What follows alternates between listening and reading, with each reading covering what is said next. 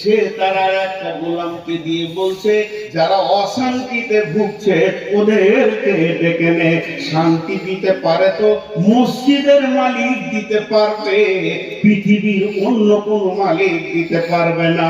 একটা ছোট্ট সূরাত আল্লাহ বলেছেন হালিয়া আবুদু রব্বা হাদাল বাইত। এই ঘরটা আব্দুর রহমানের, এই ঘরটা আব্দুল সাত্তারের, ওই ঘরটা সলিমউদ্দিনের, ওইটা কলিমউদ্দিনের, ওইটা হবিবুরের, এটা জমিরুলের, এটা ফকিরুলের। আর একটা যদি মসজিদ থাকে, আমি যদি আঙ্গুল তুলে বলি ঘরের মালিকের নাম কি? সকলে বলেন ঘরের মালিকের নাম কি? আল্লাহ বলছেন ফালিয়াবুদু